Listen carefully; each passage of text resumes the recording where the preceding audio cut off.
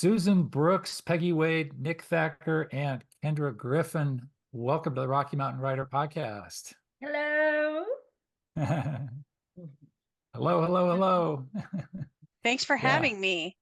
Yeah, you bet. So we are here to talk about the wonderful service that you four, and there are several others who are going to be offering mentoring opportunities at Colorado Gold coming up at the end of September, which is September 27th through the 29th. You are four among, I think there are 8 or 9 total mentors people who sign up for Colorado Gold can add on the opportunity to engage with you. So we wanted to get a little preview of this feature, which is a wonderful opportunity, I think, and chat with each of you a bit about mentoring and what that means to you and how you would approach being a mentor. But let's just start with introductions and just go around and give us a couple or 3 minutes each on, first of all, where you live and your connection to writing, reading, publishing, all that kind of good stuff. Give us a little bio, and maybe we will start with Susie. Well, hello there.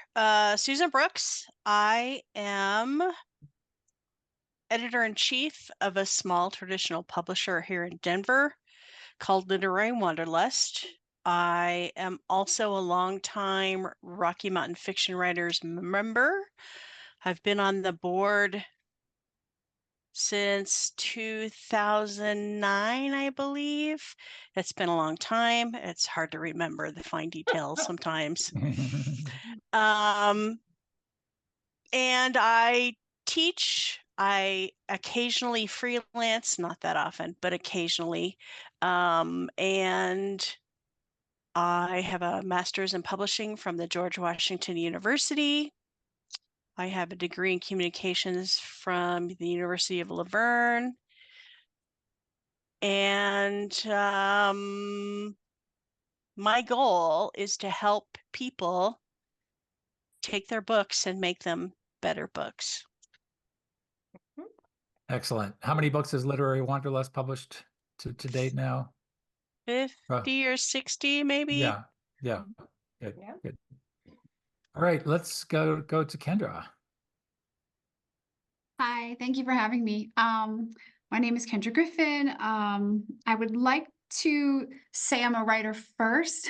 At this point, I'm probably teaching more than writing. I'm an adjunct now at Ames Community College in Greeley, and I teach creative writing for them also, and lit and comp. My master's is in lit from the College of Staten Island. No one ever really knows much about that school, but I actually had a fantastic mentorship there.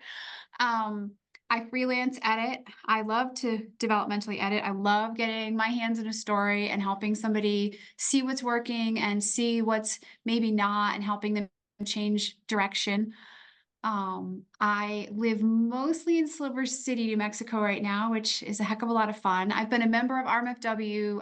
I would say it's pockmarked by my trademark forgetfulness. So probably for 7 or 8 years, with like a month or 2 lapses in there, all sprinkled all about those 7 or 8 years. So,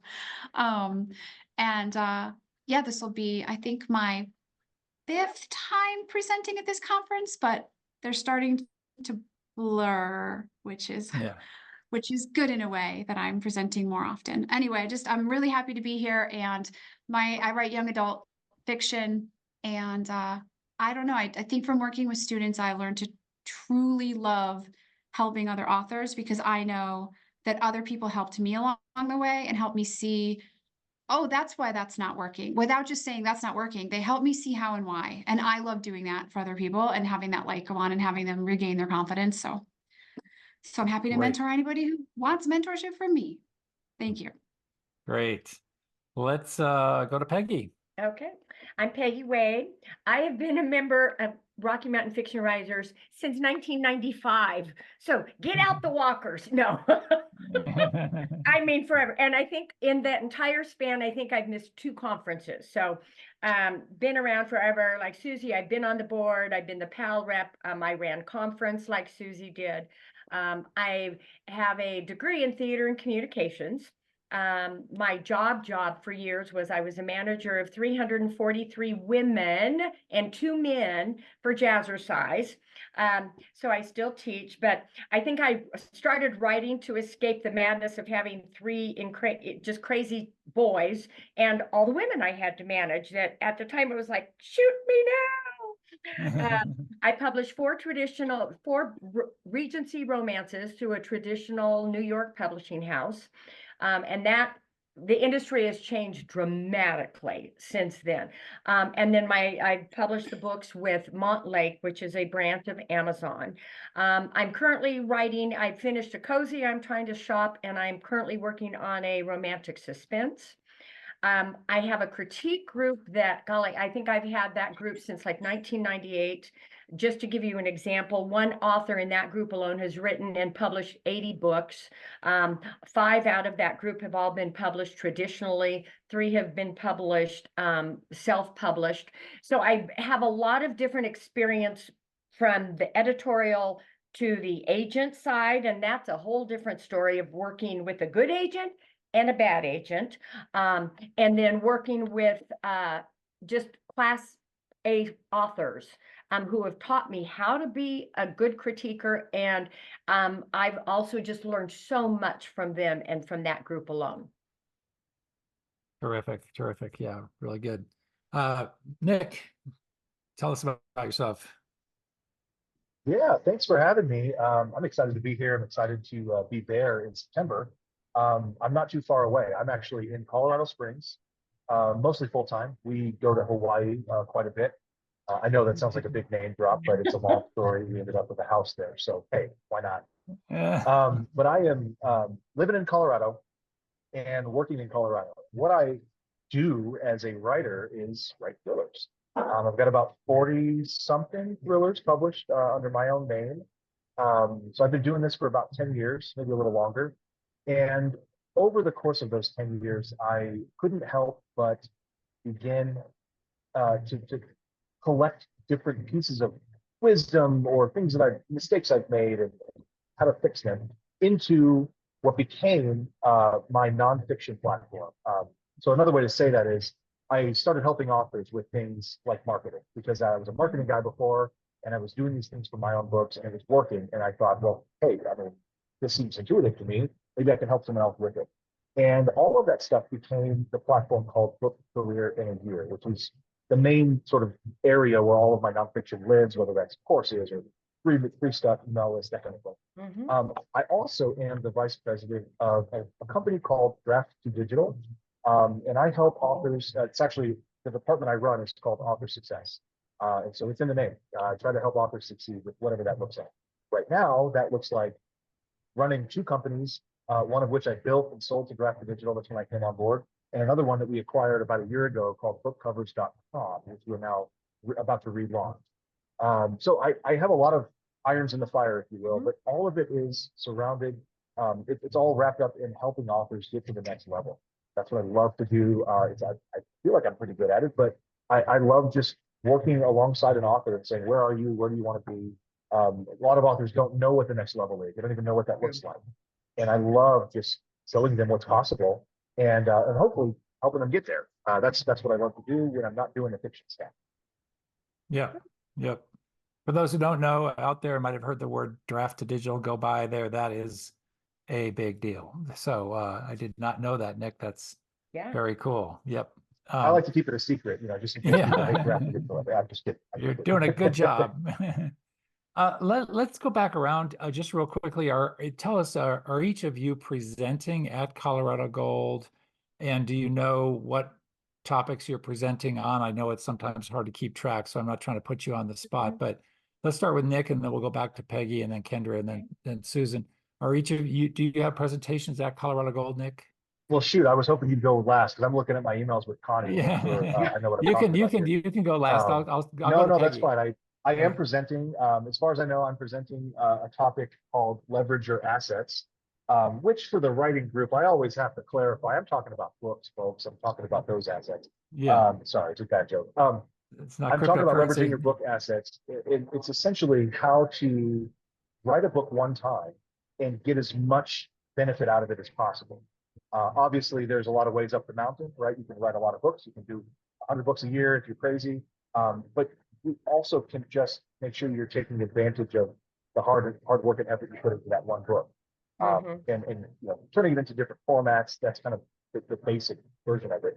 My talk is going really deep into not just those formats, but other ways that you may not even have thought about, like using audio, AI generated audiobooks and putting them on YouTube, things like that. So just leveraging that work that you've already done in order to make as much money or have as much financial freedom or just other benefits that come from a successful career. That's the goal of it. That's a terrible elevator pitch too. It took forever.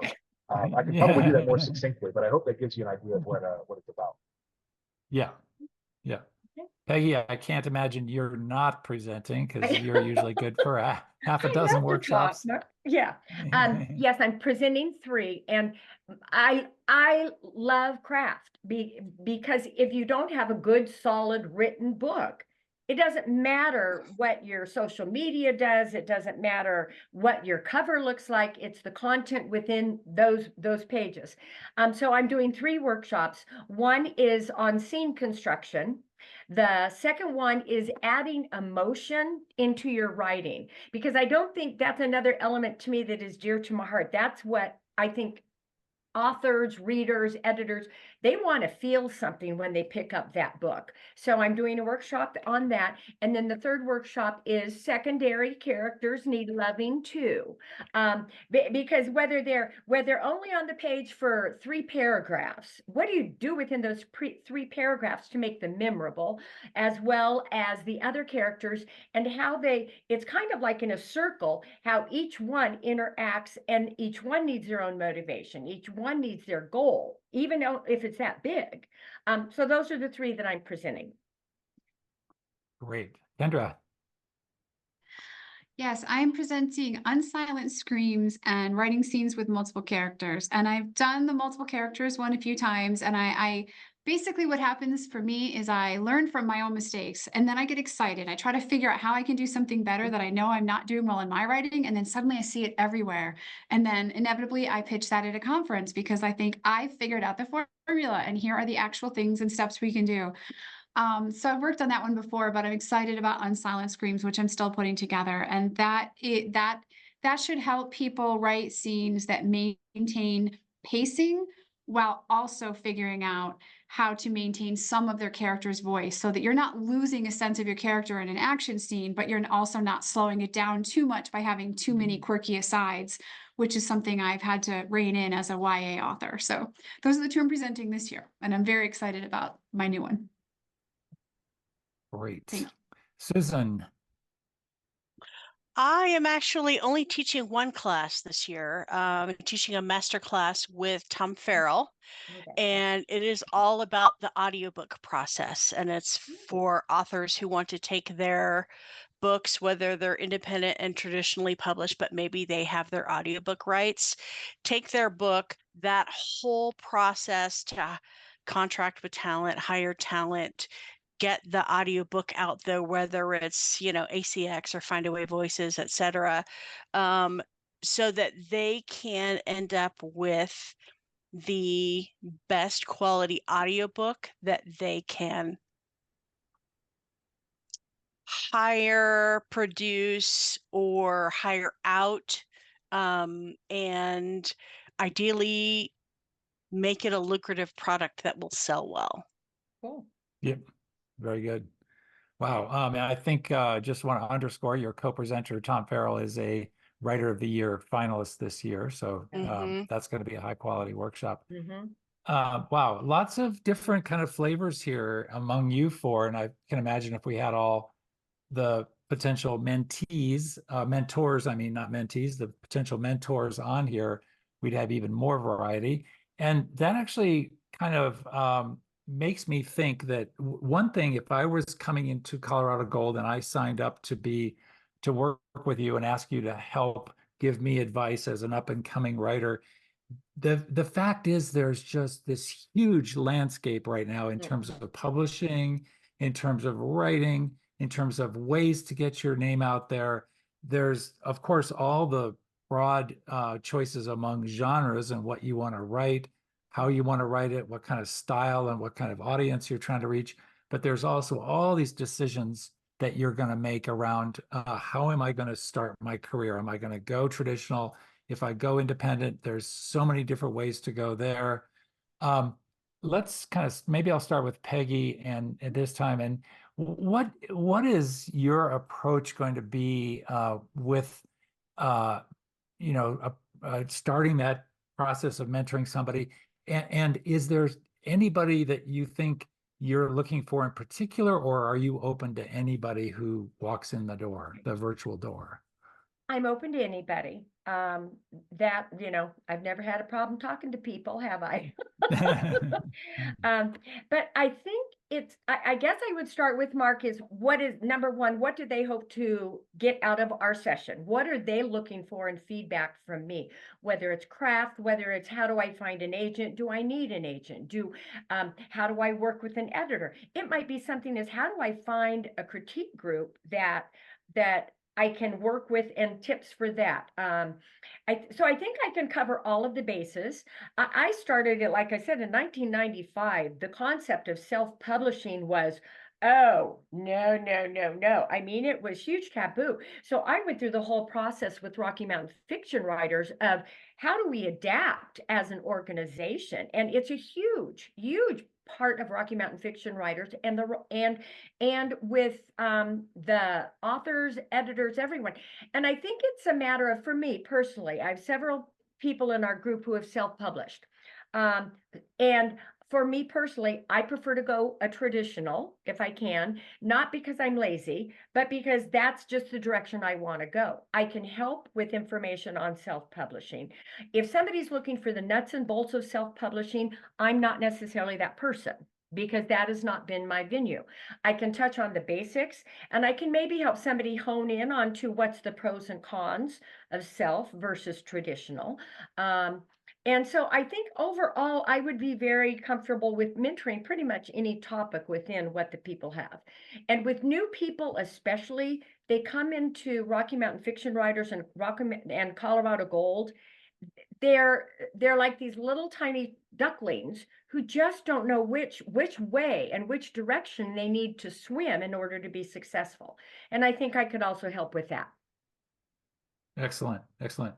Kendra, any thoughts? Well, that made me think I wanted to be mentored by you, Peggy. What I like to ask is, I like to ask a person why they love writing, and because I want to find out if they're interested in it because it truly makes them happy or because they're thinking about the career. And both are valid, but I sort of want to see where they land with me. So then I might ask them, what do you love about the idea of being an author? And most of the time what comes up there is fear. So then we usually work on that. And the other thing I like to, unless they just ask me a specific question and we go with it, that's fine. I like to focus on craft, but I published independently. I know more about that than trad, but I know a fair amount about trad from being a developmental editor and working with some of that. So I can help them with resources either way. But I like to know what's keeping them from writing. Like on the days you don't write, why don't you write? And let's troubleshoot that. And often it's fear, and often it is about that fear of, I have to know now if I'm going trad or indie. And I think that new writers so often think they have to make that decision so early on. And I will usually encourage them to just come back and focus on the work and then sort of see what happens next, because you have to have your butt in that seat and get writing to get the work done. But that's sort of where I'll troubleshoot. And then if they have specific questions, we can start answering. But I like to help them kind of find a plan for how they're going to weather this in the long term, because it is a hard road and it's my favorite road, but I want to help them stay on it and not get easily pulled off this path, because it can be daunting at times. So I want to kind of give them some tools and some groundwork. Thanks. Yeah, great. Susan. Well, I think with my background, I have the ability to answer probably most questions from anyone. And that's going to be, about RMFW. That's going to be about the publishing process. That's going to be about the writing process. And so for me, I want to be available for whatever it is they need. So if they come in and they go, I'm writing this book and it's a crime fiction, and we talk about the book and there's no crime, then obviously my focus is going to be helping them to figure out their genre and their trope. That because if they know their genre and their trope, they'll be able to write that much faster than if they're writing a science fiction, time travel, romance with a young adult character who commits murder, for example, which is really hard to um, market whether you're traditionally publishing or self-publishing. And so, I really like to focus on helping to set up the author with whatever it is, so that they're in the best place to move forward with their project. And so, if the book is done and they need, they want to go over their first chapter, then we can do that. If they want to go over their pitch, I will help them polish their pitch. If they want to know, how do they find an agent, or should they traditionally publish or self-publish, or, what exactly is show versus tell? Yep. Any of those things, I'm happy to make myself available for them. Yep. Very good. And Nick.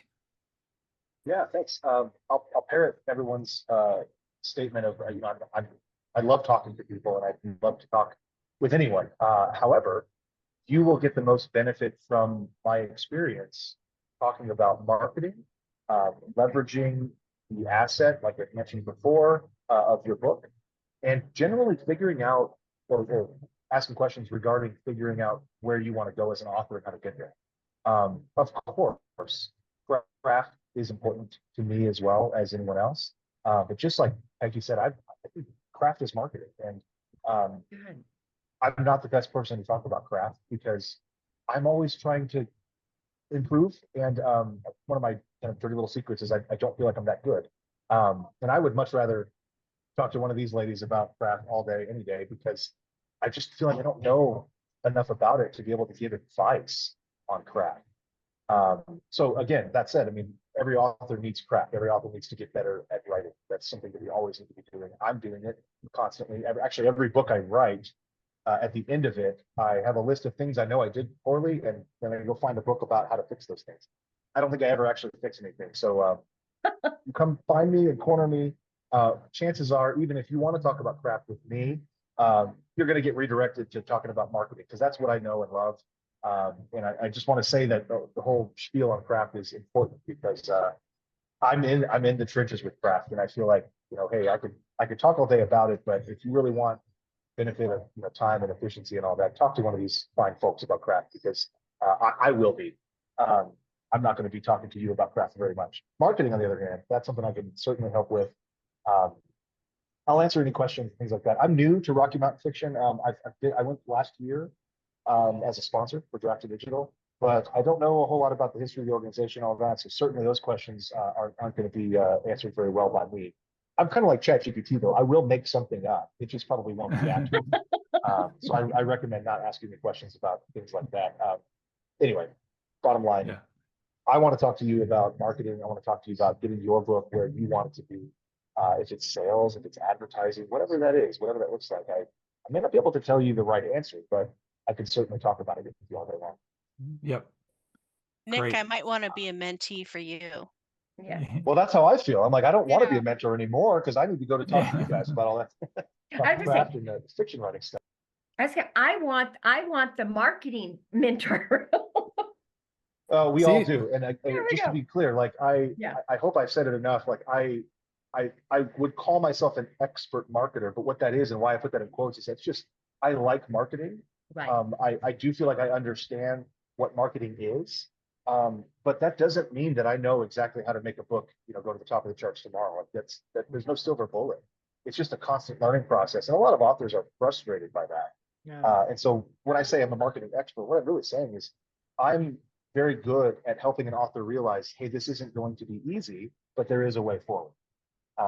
In a bottom line, or nutshell, I guess, marketing to me is just creating something that you already know people will like, and then showing it to them. And so in the book world, that's just saying, hey, I'm writing in this genre. We have to clearly define that genre. We have to know what that is. But to realize that there's people that already want that. And if you say, hey, I wrote a book that's very good and it's in this genre, you already read it. You just have to find those people and you have to show them your book. And more often than not, they'll buy that book because you've marketed well. Yeah. That's all. What a great chat. And yeah, you feel free to go online and sign up for each other's, windows of opportunity here. So I want to go back to something Kendra said, and I think this is something that's just so easily overlooked. Yeah, you've got all these choices. Yes, you have time to write. Maybe you are not as committed as you think you should be, or you see other writers that do more.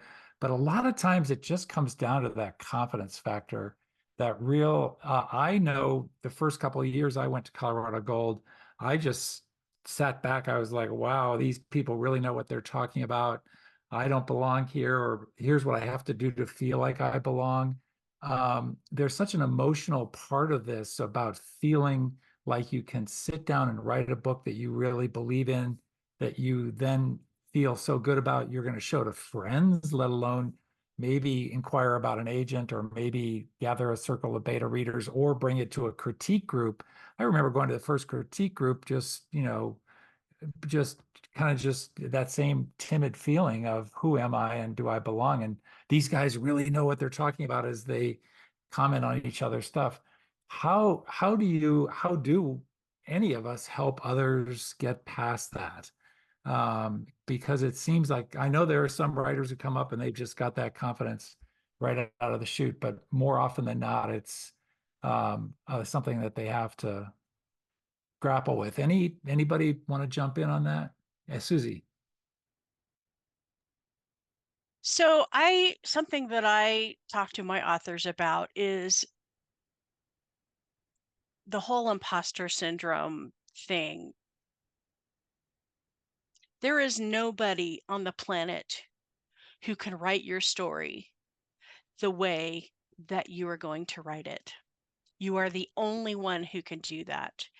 And out there is a reader somewhere who that story is going to help them somehow change their life, or entertain them, or help them forget some trauma or something. Even if it's just entertainment, that's still a valuable process. And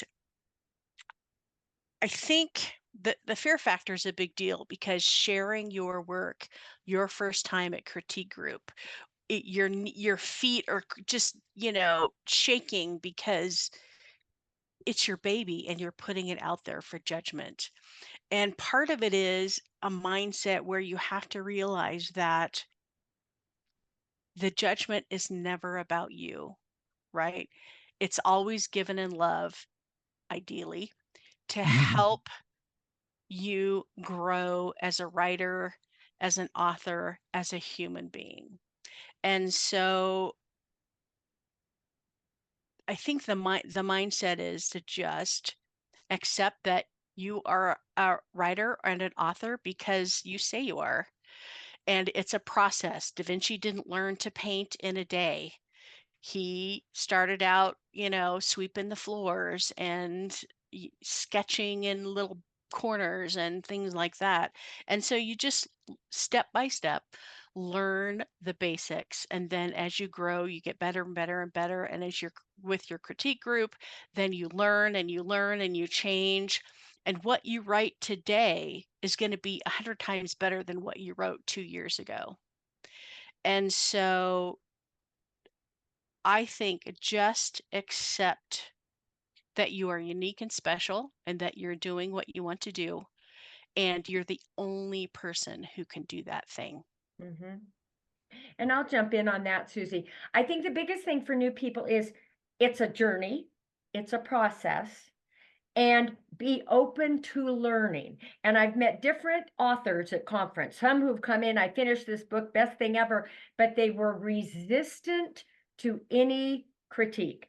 that's difficult to coach. And we're not saying, like Susie said, the work is bad. It's just you need to grow and learn some things. If you, I guess it comes down, if you wish to publish it for the general public, if you're just writing to purge your heart and your soul, that's a whole different ball game than if you're just writing because I want to get thoughts down onto paper about my issues with my mom and dad.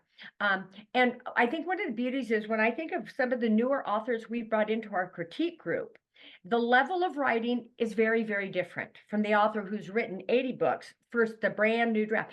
And what's wonderful is through the critique process to see them, oh my God, 3 months later, this has changed and they've embraced the feedback and so that's the craft side of it.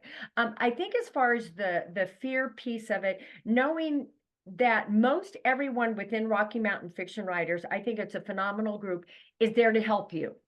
And if there's a way that they can or will, whether it's sitting at the bar or at one of the banquets at a table, ask the questions and take that in throughout the entire process, but be open to embracing the change, being open to asking those questions from people at the table with you. The mentor side of it, what we would do is going to dig down a little bit deeper. Yeah. I will Kendra? speak about Yep. presence, Mark. I'm going to speak about presence because it's been on my mind a lot lately. And I think that we don't write or read or really create art without presence and focus. And so one thing I like to tell people is you don't have to think ahead yet to how you will publish it or who else will read it. At some point, yes, let's be optimistic and hope that you share it. But right now, you just have to have the courage to put your butt in the seat and keep writing the story. So I'll encourage people to kind of live in that moment. This is what you can do today. You can face your fears. We're all scared all the time, but it's kind of a soft landing in a sense to say you can sit in a quiet room with yourself and just write. And if you never show it to anybody, that's okay too. You are learning as you write. So you're practicing overcoming your fears just by writing. And then I'll just usually also, I do find people need to know that their story is worth being told. I agree. Just reminding everybody, yeah, whatever your story is, your life matters, your experience matters. Even this is fiction, sure, probably, but you're going to still tell it through a lens, and your life experience matters. And the last thing I'll usually say is I'll joke about the thought zombies, but I tend to think that our fears are constant and they can become a horde, but they're slow moving. And if you keep writing, you will outrun them, even if you're out walking them. It's when you stop for whatever reason, just life got in the way or your fear got in the way, then for whatever reason, the fear amasses and it can become very hard to escape from. So I keep trying to encourage people, just write a little bit every day. I don't know why. It will keep the fears at bay. Mm-hmm. Those are my 3 tips. I love that. Thoughts zombies. I'm going to use that. Yeah, Yeah, but- that's great. Nick, any thoughts on this topic? It was pretty well covered. I can't disagree with anything anyone said. I only might add, just to be very clear, author, we all have the imposter syndrome creep up, all of us. I defy you to find anyone who's in this space that doesn't, and it manifests in different ways. For me, actually, just to go a little deep here, I have chronic anxiety, panic attacks, there's crippling anxiety, and of course, there's ways that I've figured out to help with medication or whatever. But the point is, a lot of it has to do with my beliefs about myself as an author, as a writer. And I don't think that's ever going to go away. My God, I wish it would, but I just don't believe that it will. I think that's something that we have. And so I hope that this can sound helpful to you if you're struggling with that. It's not supposed to go away. It's just supposed to be something that we all struggle with. I hope that sounds helpful, not just like doom and gloom. So it's not supposed to be suck it up, we all struggle with it, but at the same time it's like, hey, you're not alone. Imposter syndrome often makes me feel like I'm alone. I'm the only one who doesn't understand craft when I'm writing thrillers. But then I look at my sales and I'm doing really well, and so obviously that's not true, right? And obviously my craft is good enough. I still think we want to get better at it, but the point is we all have this, we all struggle with it. Yeah. And so don't let that turn you away from doing this because you feel like you have to figure that out before you start writing or to continue that. You're probably always going to struggle with it. And I think, talking to, I don't know, about 1 million authors at this point in my career, If it's not imposter syndrome, it's something else. You're going to be struggling with something else. Like there's, That's exactly. you know, we all got something going on, and there's always something new, you know. And anyway, the point is, yeah, I only meant to add something very short, and I tend to get long-winded when I'm passionate about stuff, and this is something I'm very passionate about. I haven't figured out a way to beat imposter syndrome, so I don't recommend you try to do it either. Just acknowledge it. It's going to be there. You're always going to feel it about something, and move on, because Yep. you aren't an imposter. You're a real writer. Yep. Completely agree. Well, there's so much here we could talk about. I think we've got a little bit of a flavor and a sense from each of you. I'm going to ask one more question along these lines, and then I'm going to ask for a book or writer recommendation, as we always do, to wrap up. But let's just go around the horn real quick. And I just want to ask if you would just take a moment and say, you know, from the folks you know in the writing community, what are the traits that make for a successful writer? And I'm not talking about publishing sales or number of reviews or anything, but just, you know, and I think some of these answers are going to be fairly obvious, but let's talk about some of the things that go into making a successful writing career. As I get a dry spot in my throat, maybe we'll start with Nick this time. Sure. Yeah. For me, it comes down to always being willing to learn. Being willing to learn. If you stop learning, you're dead. And I don't mean that figuratively, like literally. I think the day I stop learning is the day that I'm dead. I hope, but the idea is to approach it with that mindset. There is always something more to learn, whether it is craft or marketing, some tool. And when we stop wanting to learn, I think we stop improving as a writer. And so, and I mean that broadly. You know, it's not just about how well we write; it's about understanding what to do next in our career. All of it is a learning process. And so, being willing to learn is number one for me. Second, and it goes back to what we were all talking about with imposter syndrome and just not feeling like you're worth it. You are. You absolutely are. Anyone listening to this, you're worth, absolutely worth your words being publicized and purchased and read.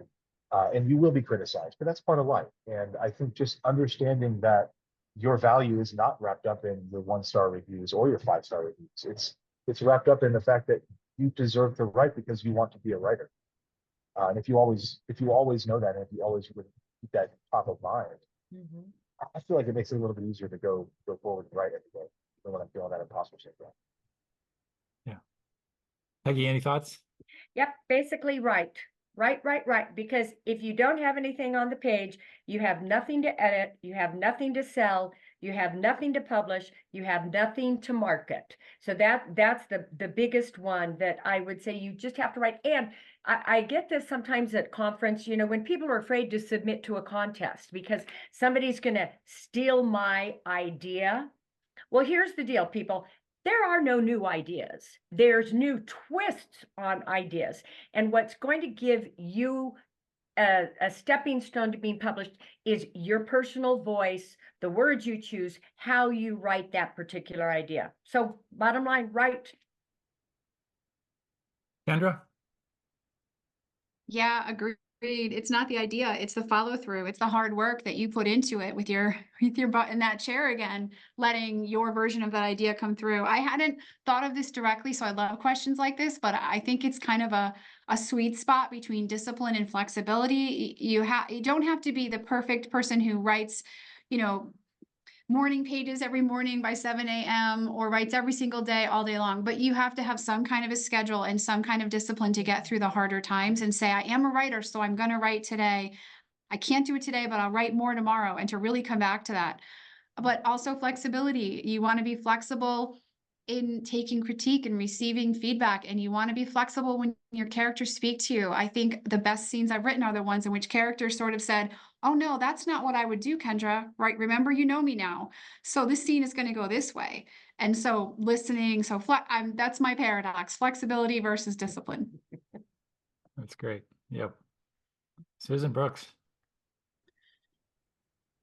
Yeah, all the things, all the Yeah. things, all the things. So I think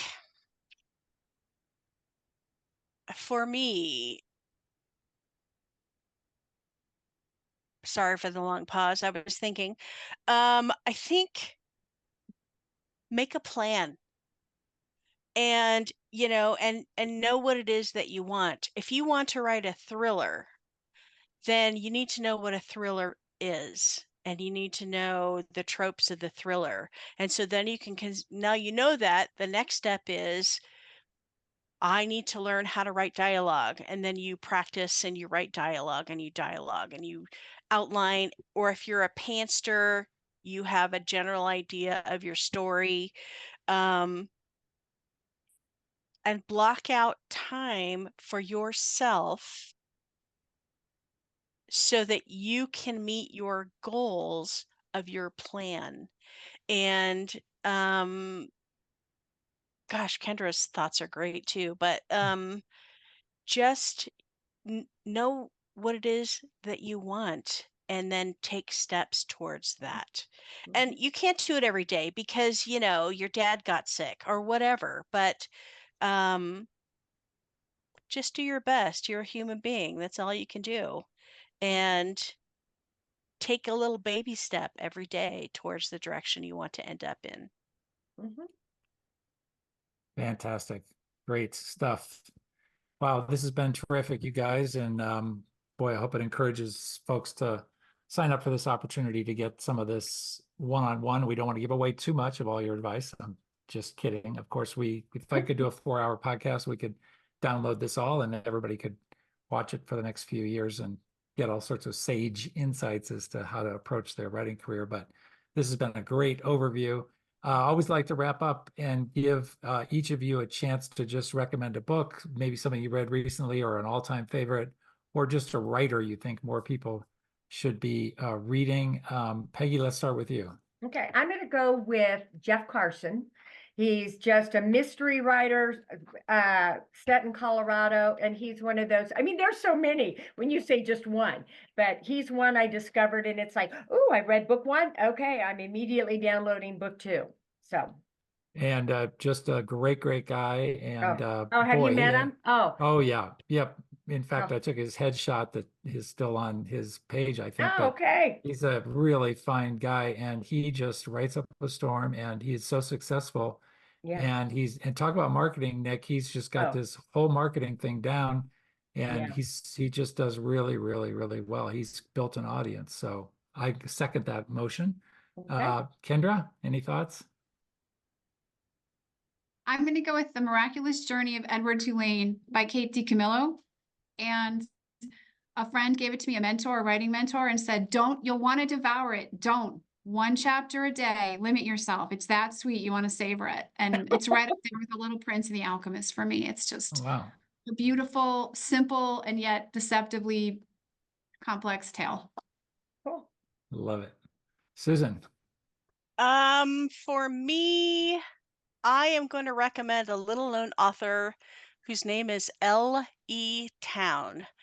And she writes urban fantasy, which is very thoughtful. Her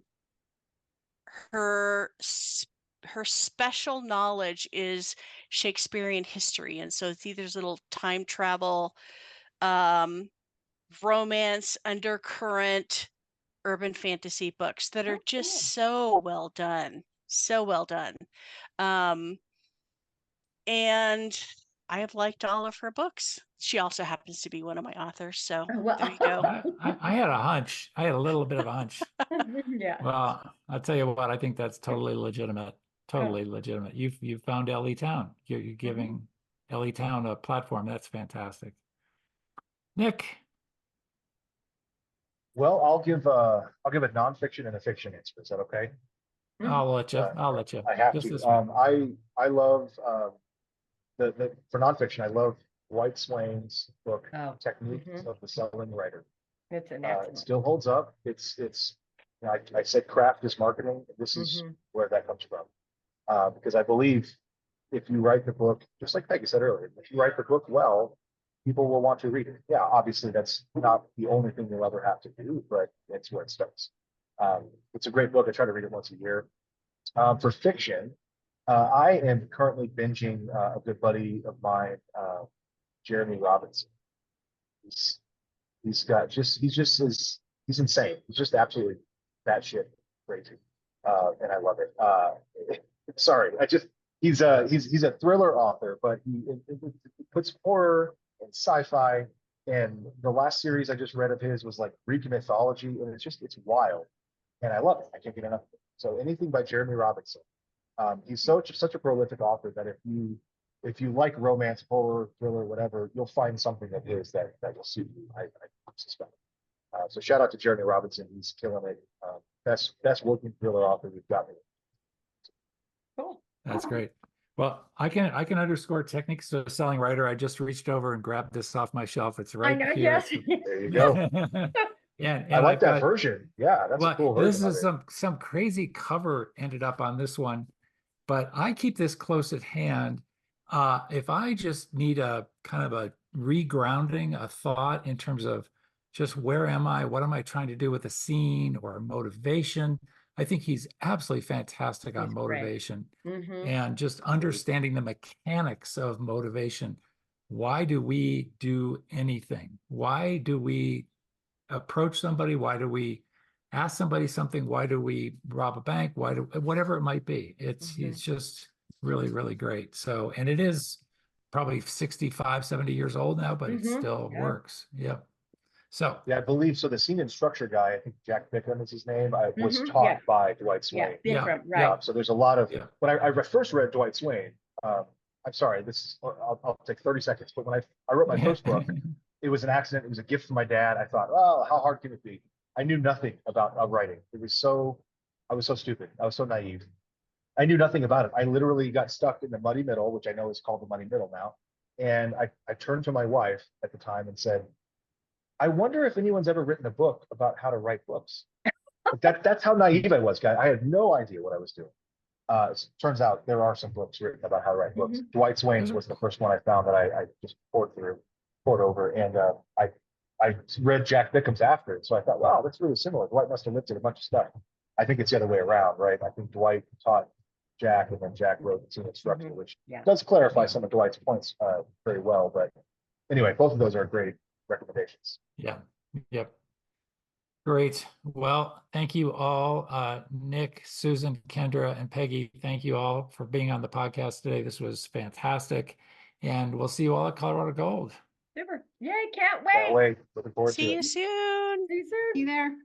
Bye. Thank you.